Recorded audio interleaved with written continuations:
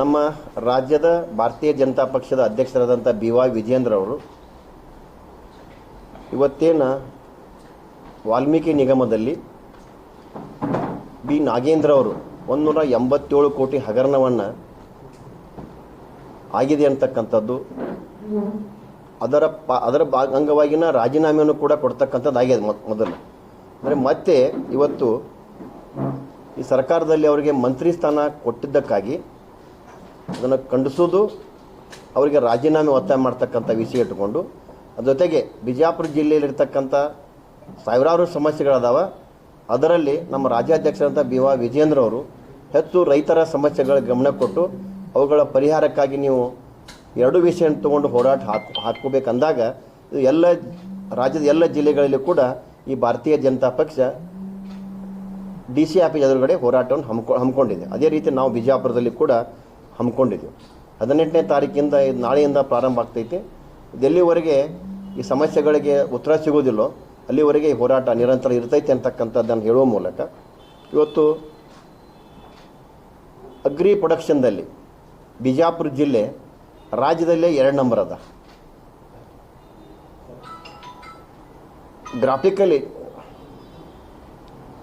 ಜಿಯೋಗ್ರಾಫಿಕಲಿ ಇದು ಅಡ್ವಾಂಟೇಜ್ ಏನದ ಅಂದ್ರೆ ಬಿಜಾಪುರ ಜಿಲ್ಲೆಯ ಜಮೀನು ಗುಡ್ಡುಗಾಡುಗಳಿಲ್ಲ, ಇವತ್ತು ಬಂಜರ ಭೂಮಿ ಇಲ್ಲ, ಸಮನಾಗಿ ಸಮಾಂತರವಾಗಿ ಇರೋದ್ರಿಂದ ಎಷ್ಟು ಏರಿಯಾ ಐತಿ ಅಟ್ಲ ಸಾಗುವಳಿ ಏರಿಯಾನ ಐತಿ. ಅದಕ್ಕೆ ಇದನ್ನು ಮುಖ್ಯವಾಗಿ ನಮ್ಮ ವಿಷಯ ನಾವು ತೆಗೆದುಕೊಳ್ಳೋದು ಒಂದು ನಾಗೇಂದ್ರ ಅವರ ರಾಜೀನಾಮೆ, ಅದ್ರ ಜೊತೆಗೆ ಕೃಷ್ಣಾ ಮೇಲ್ದಂಡ ಯೋಜನೆ 3ನೇ ಹಂತ ಮುಕ್ತಾಯ ಆದ್ರೆ ವಿಜಯಪುರ ಜಿಲ್ಲೆಗೆ ಸುಮಾರು 3,57,000 ಹೆಕ್ಟರ್ ಅಂದ್ರೆ ಸುಮಾರು 8 ಲಕ್ಷ ಎಕರೆ ಜಮೀನು ನೀರಾವರಿ ಆಗೋದ್ರಿಂದ ಇದಕ್ಕೆ ಹೆಚ್ಚು ಒತ್ತು ಕೊಡಬೇಕು. ಈ ಕಾರ್ಯಕ್ರಮಗಳನ್ನು ಇದನ್ನು ಕಳೆದ 3 ವರ್ಷದಿಂದ ಸರ್ಕಾರ ಒಂದು ಬಿಡುಗಾಸು ಕೂಡ ಅದಕ್ಕೆ ಕಳಿಸ್ತಾ ಇಲ್ಲ ಸರ್ಕಾರ. ಆದ್ದರಿಂದ ಇವತ್ತು ಕಳೆದ ವರ್ಷ ಸುಮಾರು 700 TMC ನೀರು ಆಂಧ್ರ ಕರೆದೋಯ್ತು, ಅದನ್ನು ಬಳಕೆ ಮಾಡಲಿಕ್ಕೆ ಆಗ್ತಾ ಇಲ್ಲ. ಈಗ ಕೂಡ ಇದಕ್ಕೆ ಕಾಲುವೆಗಳಿಗೆ ಟೇಲೆಂಡಿಗೆ ನೀರು ಹೋಗ್ತಾ ಇಲ್ಲ ಅಂತಕ್ಕಂಥದ್ದು. ಈ ಮುಳುಗಡೆ ರೈತರಿಗೆ, ಸಾಕಷ್ಟು ಮುಳುಗಡೆ ರೈತರಿಗೆ ಇವತ್ತು ಕೋರ್ಟ್ನು ಕೂಡ ಆದೇಶ ಮಾಡಿದೆ, ಅವರಿಗೆ ಒಂದು ಎಕರೆಗೆ 70 ಲಕ್ಷ 80 ಈ ರೀತಿ ಅವಾರ್ಡ್ ಆಗಿದಾವ. ಆದರೆ ಕಳೆದ 2-3 ವರ್ಷಗಳಿಂದ ಸರ್ಕಾರ ಅವರಿಗೆ ಹಣವನ್ನು ಕೊಡೋದು ಆಗದೆ ಇವತ್ತು ಅಬ್ಸತ್ ಮೂಲಕ ಇವತ್ತೇನು ಒಂದು ರೇಟನ್ನು ಫೈಲ್ ಮಾಡಿದರು. ಆ ನೀರಾವರಿ ಭೂಮಿಗೆ 40 ಲಕ್ಷ, ಕುಸ್ಕಿ ಭೂಮಿಗೆ 30 ಲಕ್ಷ ಅಂತಕ್ಕಂಥದ್ದು. ಇದು ಇನ್ನೊಂದು ಭಾಗ ಕಾಲುವೆ ಹೋದಂಥ ನೀರಾವರಿ ಭೂಮಿಗೆ 30 ಲಕ್ಷ, ಅದು ಕುಸ್ಕಿಗೆ 25 ಲಕ್ಷ ಅಂತಕ್ಕಂಥದ್ದು.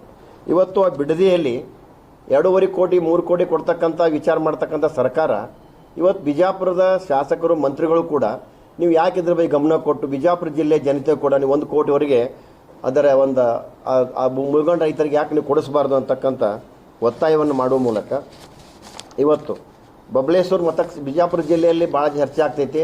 ಬಬಲೇಶ್ವರ ಮತಕ್ಷೇತ್ರದಲ್ಲಿ ಭಾಳ ನೀರಾವರಿ ಆಗೈತೆ. ಈಗ ತಮಗೆಲ್ಲ ನೋಡ್ತಾ ಇದ್ದೀರಿ, ಬಬಲೇಶ್ವರ ಮತಕ್ಷೇತ್ರದಲ್ಲಿಯೂ ಕೂಡ ಸಾಕಷ್ಟು ಇವತ್ತು ಹಳ್ಳಿಗಳಲ್ಲಿ ಹೋರಾಟ ಆಗಿದೆ, ನೀರು ಸಿಗ್ತಾ ಇಲ್ಲ ತೇಚಿಂದ. ಅದಕ್ಕೆ ಅದೇ ಜೊತೆಗೆ ಬಿಜಾಪುರ ಜಿಲ್ಲೆಯಲ್ಲಿ ಬಬಲೇಶ್ವರ ಮತಕ್ಷೇತ್ರದಲ್ಲಿ ಸುಮಾರು 14 ಹಳ್ಳಿಗಳಲ್ಲಿ ಇವತ್ತು ಆ ರೈತರ ಮುಳುಗಡೆ ಆಗ್ತಕ್ಕಂಥ ಜಮೀನಿಗೆ JMC ಮಾಡಿದ್ದಾರೆ. ಆದರೆ ಅದಕ್ಕೆ ದುಡ್ಡು ಬರ್ತಾ ಇಲ್ಲ. ಅದು ಆ ಜಮೀನನ್ನು ಅವ್ರಿಗೆ ಮಾರಲಿಕ್ಕೂ ಬರೋದಿಲ್ಲ, ಅದ್ರ ಮೇಲೆ ಸಾಲ ತೆಗೆದುಕೊಳ್ಳಲು ಬರದಂಥ ಒಂದು ವಾತಾವರಣ ಸೃಷ್ಟಿ ಐತಿ. ಜೊತೆಗೆ ಸಿರ್ಬೂರು ಮತ್ತು ಚಿಕ್ಕಲಗಲಿ ಗ್ರಾಮದಲ್ಲಿ ಮನೆಗಳಿಗೂ ಕೂಡ ಮುಳುಗಡೆ ಆಗ್ತಕ್ಕಂಥ ಮನೆಗಳಿಗೆ ಸುಮಾರು ಚಿಕ್ಕಲಗಳಿಗೆ 1200 ಮನೆಗಳದಾವಂದ್ರೆ ಅಲ್ಲಿ 300 ಜನ ಮನೆಗಳಿಗೆ ಮಾತ್ರ ಇವತ್ತು ದುಡ್ಡು ಬರ್ತಕ್ಕಂಥದ್ದು, ಅವಾರ್ಡ್ ಆಗ್ತಕ್ಕಂಥದ್ದು. ಈ ರೀತಿ ಕನ್ಸಂಟ್ ಮಾಡಿದ್ದಾರೆ. ಅಂದ್ರೆ ಅವರು ಕೂಡ ಮನೆಗಳನ್ನು ಮಾರಕ್ಕೆ ಬರೋದಿಲ್ಲ, ಅದು ನೋಡು ತೋರಕ್ಕೆ ಬರೋಂಗಿಲ್ಲ. ಈ ರೀತಿ ಒಟ್ಟಾಗೆ ಬರೀ ಬಬಲೇಶ್ವರ ಮತಕ್ಷೇತ್ರ ಇಡೀ ಬಿಜಾಪುರ ಜಿಲ್ಲೆಯಲ್ಲಿನ ಭಾಳಷ್ಟು ರೈತರಿಗೆ ಸಂಬಂಧಪಟ್ಟಂಥ ಸಮಸ್ಯೆಗಳದಾವೆ. ಇವತ್ತು ನಾವು ಕೂಡ ಭಾರತೀಯ ಜನತಾ ಪಕ್ಷದ ರಾಜ್ಯಾಧ್ಯಕ್ಷರ ಮೇರೆಗೆ ಒಂದು ತಂಡ ಬಂದಿತ್ತು. ನಾವು ಬಿಜಾಪುರ ಜಿಲ್ಲೆಯೆಲ್ಲ ಎಲ್ಲ 8 ಮತಕ್ಷೇತ್ರ ಮುಖಂಡರ ಜೊತೆಗೆ ನಮ್ಮ ರೈತ ಮೋರ್ಚಾದ ರಾಜ್ಯಾಧ್ಯಕ್ಷ ನಡ್ಡಳ್ಳಿ ಅವ್ರ ಜೊತೆಗೆ ನಾವು ಜಿಲ್ಲೆಯಾದಂಥ ಪ್ರವಾಸ ಮಾಡಿ ನಾವು ಸಮೀಕ್ಷೆ ಮಾಡಿ ಆ ವರದಿಯನ್ನು ಕೂಡ ಕೊಟ್ಟಿದ್ದೆವು.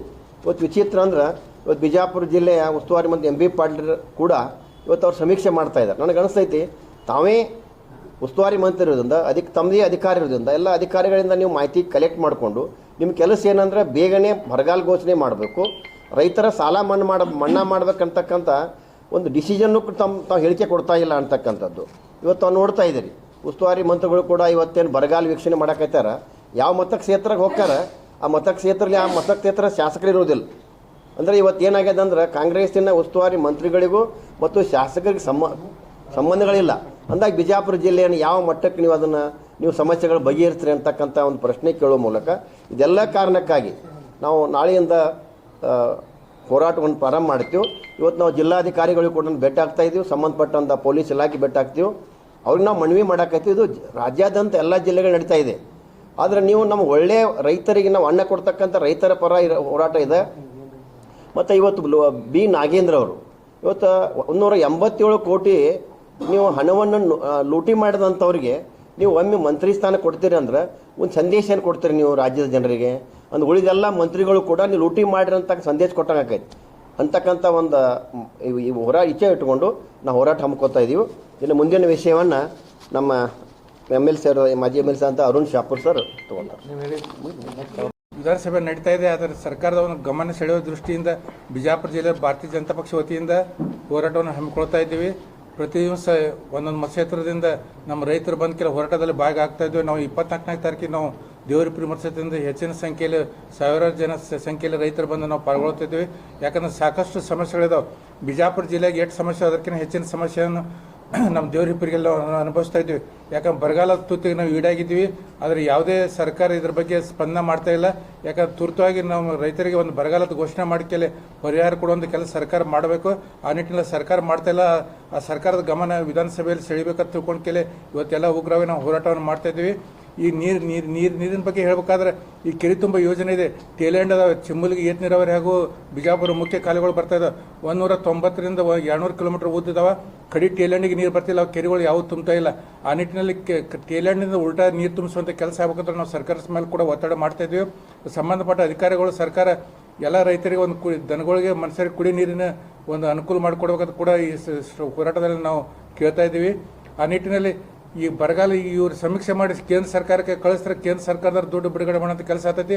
ಇನ್ನು ಇವರು ತಾರತಮ್ಯ ಮಾಡ್ತಾ ಇದ್ದಾರೆ. ರಾಜ್ಯ ಸರ್ಕಾರದವರು ಭಾಳ ತಡ ಮಾಡ್ತಾ ಇದ್ದಾರೆ ಬರಗಾಲದ ಘೋಷಣೆ ಮಾಡೋಕೆ.